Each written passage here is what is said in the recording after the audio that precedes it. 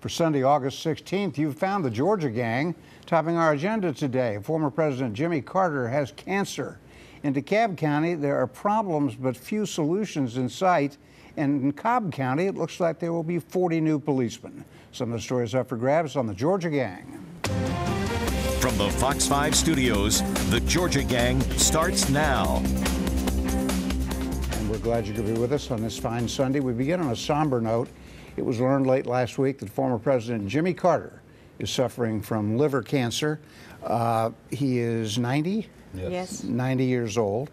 And I don't think there's anything here to do but to wish him well and hope that his treatment at Emory Healthcare is successful. Huh? Absolutely. I came to Atlanta the year he was elected president. Is that right? That was 40 years ago, and I covered him when he was running for the nomination in Florida. Interviewed him several times and was completely fooled. I thought he was a conservative Democrat. He turned out to be a wonderful progressive Democrat. I'll leave it at that. Well, I do remember this. If we're reminiscing, I was at the Augusta Chronicle, and the lead editorial, when he announced he was going to run for president, was headlined "Preposterous." Oh wow! So we were wrong. So that he wouldn't. Yeah, wasn't the Constitution? Jimmy Who was the Jimmy Who was the talk. Constitution That's headline, right. wasn't it? Absolutely. Everybody thought, you know, he wouldn't have a chance. Well, we But he wish him did. well. And the other thing is, during his tenure, he did not drop a single bomb or kill a single person. So good for him. Well, That's you know, one way of looking at Iran. One of the good things to come out of all of this is the news from oncologists that it is incredibly treatable, even at 90. And one oncologist said that in 1970, you couldn't treat a 70-year-old with this kind of cancer. And today, it's readily easy to treat. Well, let's wish him well. And he's in good hands at Emory, Yes, I think. absolutely. Yeah. All right, we're going to go, gosh, here's a surprise. We're going to DeKalb County because it's the gift that just keeps on giving. This week was something you won't see very often. The county commission met to have public comment on something they voted on the week before. Isn't that amazing? They had public comment, and they'd already After voted on the the fact. soccer complex, Well, and they had approved it. It's absurd. Who are they? Did they think they're kidding us? Really? Well, that's a way to do it, but maybe not. Big mistake by Lee May. If he's supposed to be stepping into these shoes, it was the wrong way to do it. I'd like to, you know, have Congress now call public hearings on Obamacare. It's already law, right? And they probably will. But the undercurrent in DeKalb County remains the various investigations. And we learned this past week that there's yet another one, by the way. Robert James refused, the district attorney refused to cooperate with Mike Bowers and Richard Hyde. And all the materials that the investigative team wanted were sent by Robert James to the GBI, which has now opened its own investigation. So how many fingers we got? The FBI, the GBI, Robert James, And the private contractor, Mike Bowers. Mike Bowers. And maybe the state attorney general. Yeah. Well, that's a good point. That makes a handful. That's a lot. But this week, though, they turned down the volume. Did you notice that? When we taped last week, Lee May was saying nasty things about Mike Bowers. Bowers was saying DeKalb was rotten to the core. Not so this week. Lee May said, let's get on with it. Let's move ahead. Bowers didn't say anything this week that I'm aware of, Right. at least publicly. He also said that he wanted to see a final report by date specific. August 28th or something. Yes, that was professional and outlined some of the details, and so we're going to have to see if that materializes and just how detailed it is. So then, out of the blue, the district attorney, who's been silent since he got the conviction on Burl Ellis, calls in the press and starts talking about that age-old grand jury report. And he starts, I don't think he named names, but the press did, of all the people who were mentioned, from Vernon Jones, Kevin Ross, who was Burl Ellis's attorney and campaign manager. And you got the impression that Robert James is going to try to finally pursue what's in that grand jury report. But he also talked about the statute of limitations running out. I don't know what he's going to do. You got a feel for that? Well, do you remember a couple years ago when Robert James, the DA, lost his top staff and they all just went Moved to over other... to Cobb That's County right, and they all El moved over to Douglas Cobb. elsewhere. And I think he's had to retool ever since then. He's really not had the people that to get him up to speed. Well, he does say he needs 3 more investigators. He says he doesn't. Right, he just lost doesn't, his chief investigator. He doesn't have the troops. He says he doesn't have the troops to do what needs to be done. Well, turning to the city, this is not a surprise, but Jeff, the Atlanta Braves gave notice, so to speak, to the city of Atlanta that they'll be leaving at the end of December 2016. Yes. I guess that gives Mayor Kasim Reed a chance. I have to fully disclose there that I represent the Recreation Authority, and you know, now it really sets a lot of things in motion, and the Recreation Authority and the mayor will balance the interests of the community against the interests of all taxpayers to make sure, I think, that the maintenance costs of Turner Field are not borne by taxpayers. The Braves have informed Turner Field that those maintenance costs could be as high as $5 million a year. And I don't think that there's a taxpayer in Atlanta or Fulton County who wants to bear that expense. So that means that you've got to begin the process of a sale of that property. And and you have to do it, but you have to do it in a way that really engages the community. Well, they certainly have some folks who are interested, and chief among them is the Georgia State University that wants to look at that space for a football stadium. I always thought that was a very good deal, and I would hope that's still on the table. Well, I think it is, but I think the other pressure is coming from casino operators who might like that large swath of land. It is, but not the building. But Georgia State can use the building. They can use the stadium. Well, that's right. And of course, with this casino thing that was floated a few weeks ago, that even under the best case scenario, that would take a couple of years. Now, but they have money to pay that maintenance fee. Now, the Honorable Kasim Reed, the mayor of Atlanta, we want to give his full title, is suddenly making peace with John Eves, the chairman of the Fulton County Commission. And they're going in together to, it looks like, reopen a homeless shelter, I guess, so that Mayor Kasim Reed, the honorable mayor of the city of Atlanta, can then close the Peachtree Pine Shelter. Do you get that feeling? Yeah, and you know, this Pine Street shelter has been a disgrace. It's been argued for the last couple of years. There's been a court fight over it. It should have been closed. And I think you're right. I think this should be the death knell of this facility, and get a new one. But what is a disgrace is that there are so many people in need of shelter who don't have it and who can't afford it and have other issues that they can't manage. You know, well, that's why we need a new shelter. And I have always been told, and if I'm wrong, you tell me, I thought there was enough churches and shelters in the area to handle it. Apparently there isn't. If it were, then it would be handled, right? Well, I think one of the concerns that the mayor has, and a lot of people are going to say the mayor's hard-hearted and all that kind of stuff, and I don't think that that's the case at all. I mean, you've got a situation there at Peachtree and Pine where people are being kind of subsidized in their homelessness instead of really giving the services, as a lot of other cities are doing now, giving people the services to make a transition. And that doesn't happen at Peachtree and Pine. And so some of the more progressive and sort of holistic service approaches in town, we have some, and we need more. But that's the old model, and I think a lot of cities are moving away from that model, and we should as well. We've got to get out, but we jumped off to cab before I could add one footnote, if I might. Rooks Boynton, former tax revolt leader in DeKalb, who was accused and who's now been charged with being the bagman for Commissioner Elaine Boyer, who's in jail. That was just another little thing from DeKalb that took $85,000 of taxpayer money. There's another footnote. Funneled it back to the commissioner and her husband. Another footnote and now she's serving time for that. Right? Another footnote from DeKalb is Stan Watson, one of the commissioners, was reprimanded. I wish they had suspended him without pay. For his malfeasance. He abused his public office. Surprise, surprise. Got a little slap on the wrist from the Ethics Commission. All right, when we come back, Cobb County has got a budget coming, and you'd think it was the kind with no tax increase that people would like, but not all the way around. Stay with us. Have a question or comment for the Georgia Gang? Visit their website at myfoxatlanta.com. Sometimes local government confuses me. Well, quite often it does, in fact. But this past week in Cobb County, Commissioner Chairman Tim Lee revealed his budget proposal for the coming year. And it had no tax increase, and it had 40 new policemen, and really little else controversial in it. And yet, a couple of commissioners was very upset because they didn't get the budget in advance.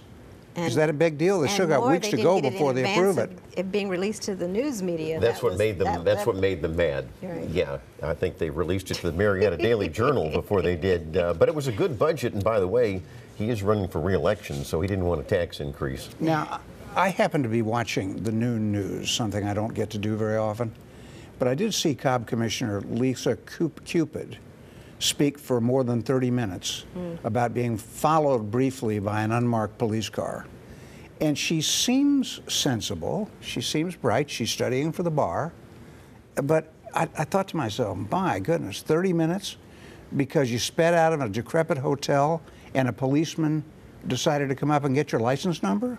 Well, here's the rest of the story. And she wants a civilian review board? Here's the rest of the story, and Alexis and you and I heard some of this when we were in Cobb County, and that is she was in a very bad area where at the hotel there was a lot of car thefts. So an undercover policeman sees a nice car speeding away, running a stop sign, and comes up and looks at her license plate. I think that is good police work. I can see where it might have spooked her at 1:30 in the morning. Yes, but he backed off. And an undercover policeman cannot make an arrest anyway.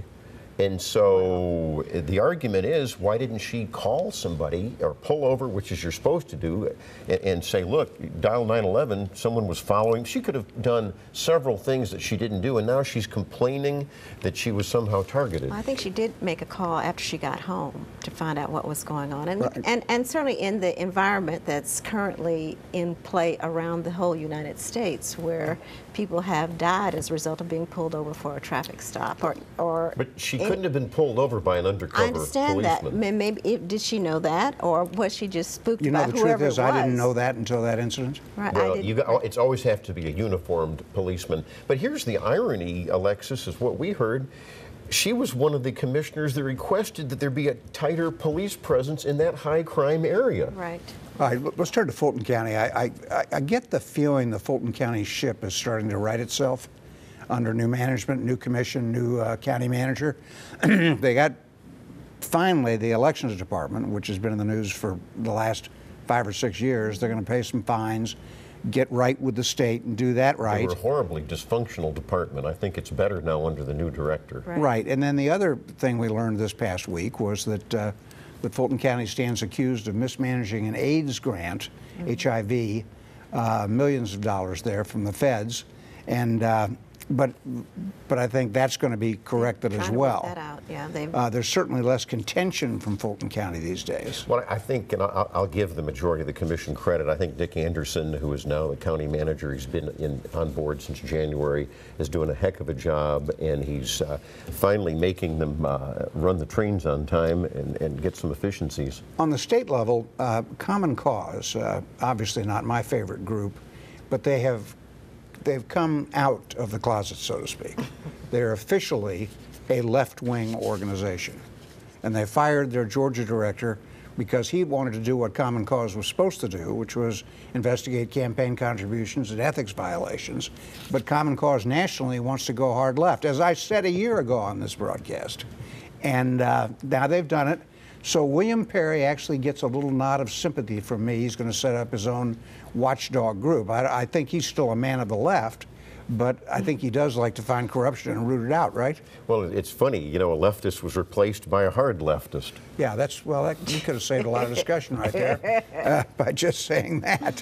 All right, when we come back, we're going to turn to politics, local and national. Stay with us.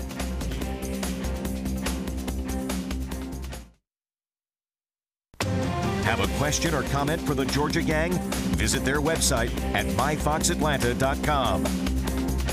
We turn now to inside baseball. That would be the law practice of the Speaker of the Georgia House, David Ralston.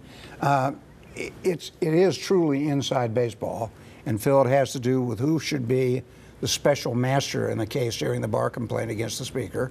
And Roy Barnes, the lawyer to the Speaker, this odd couple, now wants Judge Robert Castellani removed from that post. Well, that's right. The special master is supposed to be a referee in terms of investigating the Speaker, and he's also the investigator. And Robert Castellani is also a hard-nosed judge, as some of you know from DeKalb County. He's also a partisan Democrat. But let's be blunt about this. So Roy Barnes is not a happy camper this past week. He's been obviously, as well as he should, trying to cut a deal for his client and to help his client. And apparently, if you read the AJC, that's not going too well. And so I do think that Roy Barnes does have a good argument that this guy should step aside and you should have a more independent person as the special master. Well, I don't buy his argument at all, Phil. He's arguing that because Castellani his salary is, he's a retired judge now, senior judge, because his salary and benefits are set by the state, he should be disqualified. It's a pretty long stretch between the House under Speaker Ralston passing judicial benefits or pay raises and this case involving the Speaker. Although you do know that the legislature has punished judges in the past and through their pay raises. That's true. Now let's just stay right there with the legislature, because there was a mild upset in Georgia politics this past week, a special election to replace a retiring state representative in Brookhaven, Mike Jacobs. There was a runoff between a 29-year-old Democrat named Taylor Bennett and the former mayor of Brookhaven, J. Max Davis. I thought, personally, that being on the ground there, that Davis would win narrowly. Bennett beat him 54% to 46%. And looking at the results in certain key precincts that are mostly Republican, Davis didn't really have a chance. There was too much stuff dredged up on him as mayor of Brookhaven. He just didn't have a chance, and his party was split, right?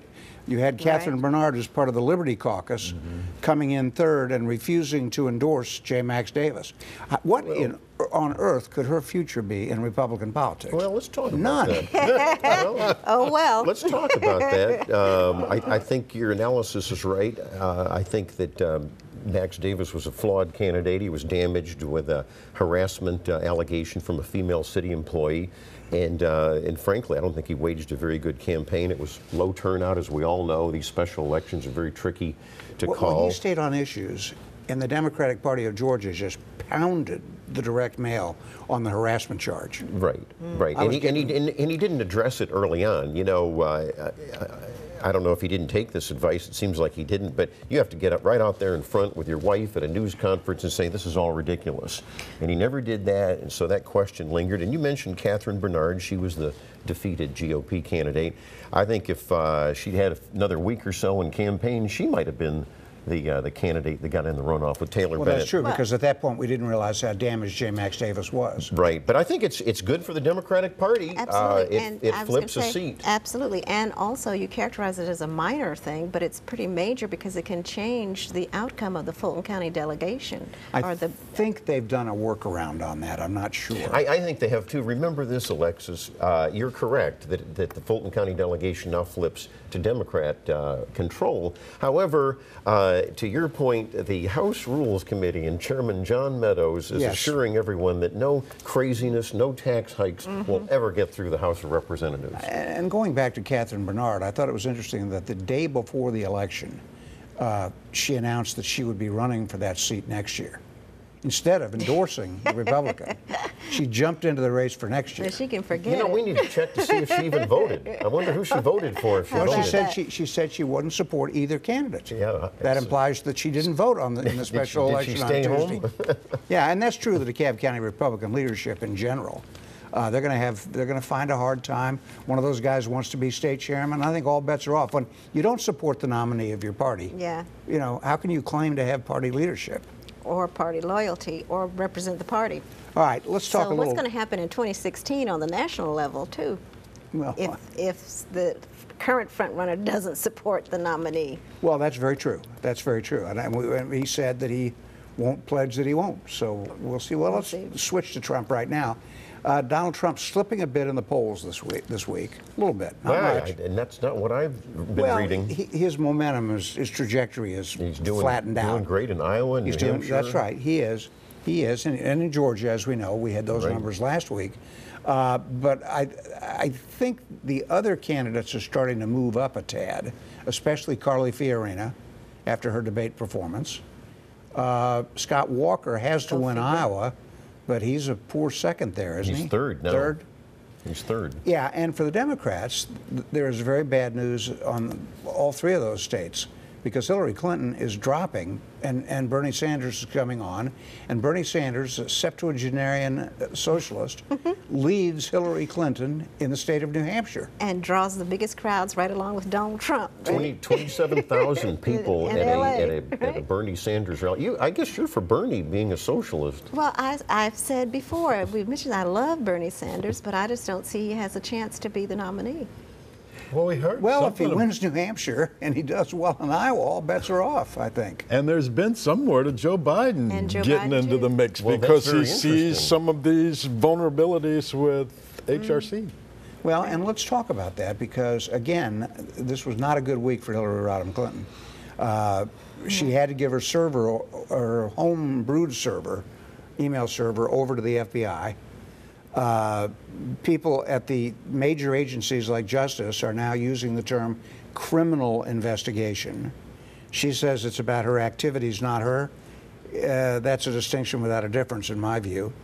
But I said a few months ago that I thought she was going to slip badly because of the email server and the corporate contributions to the Family Foundation. It got very much worse for her this week. Is there any way to spin that positively? Well, she's certainly trying to, but I don't know that she can. But I think everybody knew all along that she would have some negativity, or a lot of negativity, because it's always been associated that way with the Clinton name. And even if you go back to the 2008 campaign, I mean, she got beat when she ran for president by this little-known Barack Obama. Well, Don't you think, you mentioned President Obama, don't you think that really the president holds Hillary Clinton's future in his hands, and so does the Justice Department and the FBI? If they decide to proceed, and to your point, Jeff, if Joe Biden really wants to get in, I think the president might be loyal more to Joe Biden than Hillary Clinton. It may be, but it seems like the deal was already made in 2012 when he won re-election Deals with can great be support. broken, as we Well, all know. I guess they can be altered. well, I would think top Democrats would want the candidate most likely to be able to prevail in a general election to be the nominee. Right. And if they see some serious issues there, they're going to let them go. As for Barack Obama, surely there's going to be some independence in the Justice Department where this investigation goes. You have to because of the seriousness of some of the well, I charges. wouldn't trust the Justice Department under Eric Holder, but Loretta Lynch was a pretty good federal prosecutor in Brooklyn, and I think we can look at her to... It's going to do be the right political, Dick. Don't fool Well, yourself. of course it's going to be political, but less political. And the with other Loretta thing Lynch. is, too, with some of the statements and the positions that the candidates in the Republican Party have staked out for themselves, they could lose the election, and whoever the Democratic nominee is could win. All right, remember I predicted some months ago that Hillary Clinton wouldn't make it to the starting gate. We'll see. This week was another indicator. All right, when we come back, winners and losers. Time now for the week's winners and losers. And please remember that we're on Facebook, the Georgia Gang on Facebook. Phil, have you updated it? Yes. Okay, good, because I haven't. And also remember the Fox 5 Facebook page, where you can get a cross-section of opinions from around Metro Atlanta, and that's, I guess that's My Fox Atlanta on Facebook. Okay, let's go to you, Jeffrey. Well, I want to make Mayor Reed the winner for once again bringing up, and I think very courageously, this issue of Peachtree and Pine. As I mentioned earlier, he's going to get a lot of flack from some quarters on this, but I think that he's taken the right approach, and I think that folks, homeless people, will be helped in the process of his efforts. President Carter, you know, for making it to 90 years old, he's a winner. And this young fella out there in Brookhaven, Taylor Bennett. At 29. Good for him. Yeah, one term. Okay. Phil, what do you We'll have? see. We'll see. The millennials. You are know, my fierce. winner, I was over at Red State gathering last week, is the former fire chief of Atlanta, Kelvin Cochran. He's a very committed Christian. He gave his side of the story, which makes Mayor Kasim Reed the loser. He said he absolutely had permission from the mayor to distribute his book on Christianity, and that he did not proselytize among his office. It's a lawsuit going on, and so I'll make him the winner. And also a winner is former U.S. Senator Saxby Chambliss, going to be teaching over at the University of Georgia, and he's got a lot to tell those kids about politics. Yes, he will, and that's good for him. That's his alma mater. Good for him. All right, Alexis. Okay, I'm going to salute the Youth Ensemble of Atlanta. They celebrated their 25th anniversary this year, and it's a wonderful community arts organization that works with high school through college youth, and a lot of people have gone there from there on to Broadway and big things. And also Georgia Tech got a $5 million grant to provide scholarships for 1,000 students of color who are interested in engineering and technology. Okay. I don't think engineering and technology had color. I just thought you fixed things. They don't have you enough made things color. run. My loser for the week, Hillary Clinton. Not only is she in trouble with the FBI, but she's also rated untrustworthy in just about every major poll. And those are what we have this week on the Georgia Gang. We'll see you next week. The opinions expressed in this broadcast are those of the panelists appearing in this program.